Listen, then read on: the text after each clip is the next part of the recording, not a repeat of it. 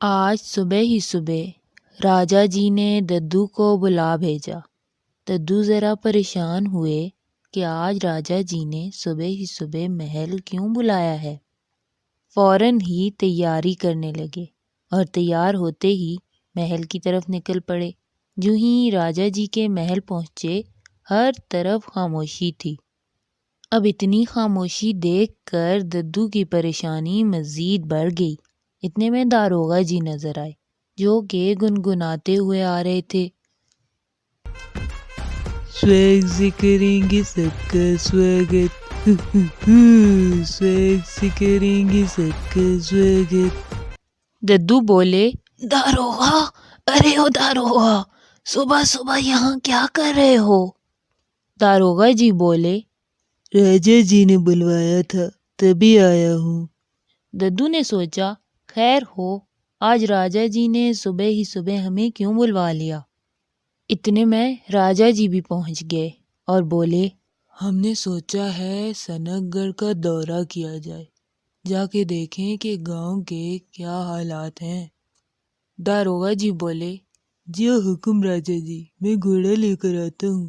راجا جی بولے، نہیں، ہم پیدل ہی چلیں گے، کچھ ورزش بھی ہو جائے گی۔ داروغہ جی بولے، جی حضور۔ راجا جی داروغہ اور ددو میاں کے ساتھ گاؤں کی طرف چل پڑے۔ ددو نے راجا جی کو بتایا کہ مالی کچھ دنوں سے بیمار ہے، دوا لینے کے باوجود کوئی فرق نہیں پڑ رہا، اس لیے محل میں حاضر نہیں ہو پاتا۔ راجا جی بولے، حکیم کو بلوائیں اور ان کا معائنہ کروائیں۔ ابھی راجا جی کچھ ہی آگے بڑھے تھے کہ حکیم آگے سے آتے ہوئے نظر آئے۔ راجا جی نے ان سے پوچھا کہ وہ کہاں گئے تھے؟ حکیم صاحب بولے، راجا جی، گاؤں میں کچھ لوگ بہت بیمار ہیں، میں ان کا معائنہ کرنے گیا تھا۔ راجا جی ٹھیک ہے کہتے ہوئے آگے چل پڑے۔ جو ہی ببن میاں کی دکان کے پاس پہنچے، دکان تو بند تھی، ببن میاں موجود ہی نہیں تھے۔ سب اندر ہی اندر حیران ہو رہے تھے کہ دکان کیوں بند ہے، ببن میاں تو کبھی بھی دکان بند نہیں کرتے۔ ددو سوچ رہے تھے کہ کل شام کو تو ان کے سامنے ہی دکان بند کی تھی، آج کیا ضروری کام پڑ گیا۔ راجا جی کو بھی تشویش ہوئی۔ تھوڑا ہی آگے جانے کے بعد راجا جی نے دیکھا کہ ایک بہت بڑا کچرے کا ڈھیر ہے جس پر بکریاں چر رہی تھیں۔ راجا جی نے محسوس کیا تھا کہ سنک گڑھ میں ہر جگہ کچرا ہی کچرا بھر گیا ہے، کوئی گلی ایسی نہیں تھی جو صاف ستھری دکھتی۔ راجا جی نے پوچھا کہ کیا لوگ اپنی گلیوں سے صفائی نہیں کرتے؟ ددو نے خاموشی سے ہاں میں سر ہلا دیا۔ داروغہ بولے، راجا جی، لوگ کیا صفائی کریں گے، گھروں سے نکل کے کوڑا کرکٹ دور پھینکنے کی بجائے دروازے کے آگے ہی ڈھیر لگا دیتے ہیں۔ راجا جی بولے، یہ ہنسنے کی بات بالکل بھی نہیں داروغہ، بلکہ دکھ کی بات ہے۔ آپ کو یہ اطلاع مجھے پہلے دینی چاہیے تھی۔ راجا جی نے دیکھا کہ ہر طرف گندگی کے ڈھیر تھے، گلیوں میں ہر طرف گوبر بھرا پڑا تھا۔ راجا جی کو بہت پریشانی ہوئی کہ گاؤں کے لوگ صفائی کا خیال نہیں رکھتے اور پورا گاؤں گندگی کا گڑھ بنا ہوا ہے۔ تھوڑی ہی دور گئے تھے کہ رجو چچی بھاگتی ہوئی آئیں، ان کی سانسیں پھولی ہوئی تھیں، بولیں، ددو، ہائے ارے ددو، کب سے ڈھونڈ رہی ہوں آپ کو، جلدی آئیں، ببن سخت بیمار ہیں، آپ آ کر دیکھیں کیا ہو گیا ہے انہیں۔ یہ سنتے ہی داروغہ جی بولے، لو جی، نمستے آپ گئے۔ راجا جی نے ددو کو رجو چچی کے ساتھ بھیجا اور خود راج محل واپس لوٹ گئے۔ رجو چچی اور ددو جو ہی ببن میاں کے پاس پہنچے، ببن میاں بے سدھ پڑے تھے، کوئی ہوش نہ تھی۔ ددو نے ان کا معائنہ کیا اور للہ سے کہا کہ حکیم کو بلا لاؤ۔ للہ بھاگ کر حکیم کو بلانے چلا گیا۔ ادھر راجا جی جو ہی راج محل پہنچے، رانی نے انہیں بتایا کہ شہزادی کی طبیعت صبح سے کچھ ٹھیک نہیں لگ رہی، صبح سے بستر پر پڑی ہیں۔ راجا جی سوچ میں پڑ گئے کہ سنک گڑھ میں آخر ایسا کیا ہوا ہے جو سب ہی بیمار پڑے ہیں۔ دوسری ہی صبح چھوٹو اور ڈھولو اسکول کے لیے تیار ہو کر نکلے۔ للہ بھی رستے میں ان کو ملا اور تینوں اسکول کی طرف چل پڑے۔ للہ نے چھوٹو اور ڈھولو کو بتایا کہ ببن کی طبیعت ابھی تک ناساز ہے۔ تھوڑی ہی دور گئے تھے کہ ان کو داروغہ جی آتے ہوئے نظر آئے۔ وہ للہ سے بولے، او للہ بات سنو، ببن میاں کی طبیعت کیسی ہے؟ للہ بولا، بس ٹھیک ہی ہیں، گھر پر ہی ہیں، آپ جا کر دیکھ لیں۔ داروغہ جی بولے، شہزادی بھی بیمار ہے اور مالی بھی، باقی بھی ہر کوئی بیمار ہی لگ رہا ہے، نہ جانے سنک گڑھ میں لوگوں کو کیا ہو رہا ہے۔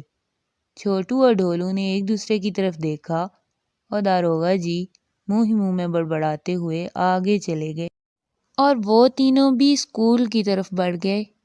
اسکول پہنچتے ہی چھوٹو اور ڈھولو نے بستے سے کیلے نکالے جو کہ ددو نے دیے تھے کہ بریک پر کھانا، لیکن چھوٹو اور ڈھولو نے جاتے ہی ان کو کھانا شروع کر دیا اور چھلکے ہر طرف پھینک دیے۔ جو ہی استانی جی کلاس میں داخل ہوئیں، ہر طرف گندگی دیکھ کر بولیں، کیا اچھے بچوں کی کلاس ایسی ہوتی ہے بچوں؟ کیا آپ کو صفائی کا ذرا خیال نہیں؟ چھوٹو بولا، ہمیں خیال ہے استانی جی، ہم صاف ستھرے کپڑے پہن کے منہ ہاتھ دھو کے برش کر کے اسکول آتے ہیں۔ استانی جی بولیں، شاباش، لیکن گھر، اسکول، گلی محلے، کھیل کے میدان، ان سب کی صفائی بھی تو ہماری ذمہ داری ہے نا، ان کو بھی تو صاف رکھنا چاہیے بچوں۔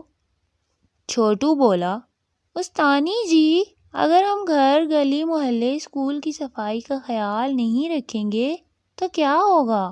استانی جی بولیں، اگر صفائی نہیں ہوگی تو ہر طرف گندگی پھیلے گی، گندگی سے جراثیم پھیلیں گے اور ہمیں بیماریاں لگ جائیں گی، اس طرح ہم سب بیمار ہو جائیں گے۔ جیسا کہ آپ کو پتہ ہے سنک گڑھ بہت صاف ستھرا گاؤں تھا، لیکن اب ہر کوئی کوڑا گلی میں پھینکنے لگا ہے، کوئی صفائی کا خیال نہیں رکھتا، اب سنک گڑھ میں ہر طرف گندگی پھیل گئی ہے۔ ڈھولو بولا، اب سمجھ آئی ہر کوئی بیمار کیوں ہے، سنک گڑھ میں گندگی کی وجہ سے بیماریاں پھیل رہی ہیں، اسی وجہ سے سب بیمار ہو رہے ہیں۔ استانی جی بولیں، بالکل۔ چھوٹو بولا، تو استانی جی آپ ہی کوئی حل بتائیے، ہمیں اب کیا کرنا چاہیے؟ استانی جی نے مشورہ دیا کہ سنک گڑھ میں صفائی مہم چلائی جائے، سب کو جمع کر کے صفائی کی اہمیت بتائی جائے اور پھر ہر کوئی اپنے گلی محلے کی صفائی کرے گا۔ اس طرح سنک گڑھ میں کوڑا کرکٹ اور گندگی کو ختم کیا جائے تاکہ بیماریاں نہ پھیلیں اور جو پھیل گئی ہیں وہ یہیں ختم ہو جائیں۔ اسکول سے واپسی پر للہ، ڈھولو اور چھوٹو سیدھے محل کی طرف چل پڑے تاکہ راجا جی کو وہ سبق بتائیں جو انہوں نے آج پڑھا تھا۔ محل میں جاتے ہی ڈھولو اور چھوٹو نے سارا معاملہ راجا جی کو بتایا۔ راجا جی تو پہلے ہی یہی سوچ رہے تھے۔ راجا جی نے سارے سنک گڑھ کو جمع کرنے کا حکم دیا۔ ڈھولچی کو بلایا گیا اور اعلان کرنے کا کہا۔ ڈھولچی نے اعلان کیا، سنو سنو سنک گڑھ کے واسیوں سنو، راجا جی نے کل سب کو محل میں جمع ہونے کا حکم دیا ہے۔ سنو سنو، راجا جی کے حکم پر کل صبح ہر گھر سے ایک بندہ لازمی محل پہنچے۔ دوسرے دن چھٹی کا دن تھا، سب گھروں سے کوئی نہ کوئی راج محل کی طرف جانے کی تیاری کر رہا تھا۔ ددو بھی ڈھولو اور چھوٹو کو لیے راج محل پہنچے۔ کچھ دیر انتظار کرنے کے بعد راجا جی آئے اور گاؤں والوں کو سمجھانا شروع کیا۔ سنک گڑھ کے لوگوں، جیسا کہ آپ سب کو پتہ ہے کہ آج کل پورا گاؤں گندگی سے بھرا پڑا ہے۔ سب لوگ گلی محلے کی صفائی کرنے کی بجائے گھروں سے کوڑا بھی گلی میں پھینک رہے ہیں۔ اس طرح تو وقت گزرنے کے ساتھ ساتھ سنک گڑھ رہنے کے قابل بھی نہیں رہے گا۔ اتنی بیماریاں پھیل جائیں گی کہ لوگ گاؤں چھوڑ کے جانا شروع کر دیں گے۔ راجا جی کی بات سن کے سب لوگ انتہائی پریشان ہوئے۔ داروغہ بولے، تو اب اس مسئلے کا حل کیا نکالا جائے راجا جی؟ راجا جی بولے، اگر گاؤں کے سب لوگ ذمہ داری کے ساتھ گلی محلے کو بھی صاف رکھتے اور کوڑا گاؤں سے باہر جا کر پھینکتے تو اب اچانک سے یوں سب بیمار نہ ہوتے۔ آج کل ہر دوسرے گھر میں کوئی نہ کوئی بیمار ہے۔ اس بیماری کی یہی وجہ ہے۔ ابھی وقت ہے، سب اپنے اپنے محلے میں صفائی مہم کا آغاز کیجیے۔ ہم اپنے محلوں کو صاف رکھیں گے تو بیماریاں خود بخود ختم ہو جائیں گی۔ راجا جی کی بات سنتے ہی گاؤں والے گھروں کو روانہ ہوئے اور اسی دن سے ہی صفائی مہم کا آغاز ہوا۔ ساری گلیوں سے کوڑا نکال کر گاؤں سے باہر دور ایک ڈھیر کی صورت میں جمع کیا گیا اور پھر اسی ڈھیر کو آگ لگا دی گئی۔ ادھر گاؤں میں دیکھتے ہی دیکھتے مکھیوں اور مچھروں کی تعداد میں کمی ہونے لگی۔ ببن میاں کو بھی احساس ہوا کہ بیماری کی اصل وجہ تو گندگی تھی۔ وہ جلیبیوں اور رسگلوں کی دکان کے بجائے کیڑوں مکوڑوں سے بھری دکان چلا رہے تھے۔ وہاں میٹھی چیزیں ہونے کی وجہ سے چیونٹیاں جمع ہو جاتی تھیں اور وہ صفائی کرنے کے بجائے روزانہ وہاں ہی کام شروع کر دیتے تھے۔ اب للہ اور رجو کو ساتھ ملا کے پانی کی بالٹیوں سے ساری جگہ دھو ڈالی اور برتن بھی اچھے سے صاف کیے اور عہد کیا کہ آئندہ تو روزانہ صفائی ہوگی تاکہ اس طرح کی گندگی دوبارہ کبھی نہ ہو۔ ادھر راجا جی نے چھوٹو اور ڈھولو کو ان کی سمجھداری پر شاباشی دی۔ ہاں تو بچوں، اس کہانی سے ہمیں کیا سبق ملتا ہے؟ وہ یہ کہ صرف ہماری اور ہمارے گھر کی صفائی ہی ہماری ذمہ داری نہیں، بلکہ ہمارا گلی محلہ، ہمارا اسکول اور ہمارا سارا ماحول ہماری ہی ذمہ داری ہے۔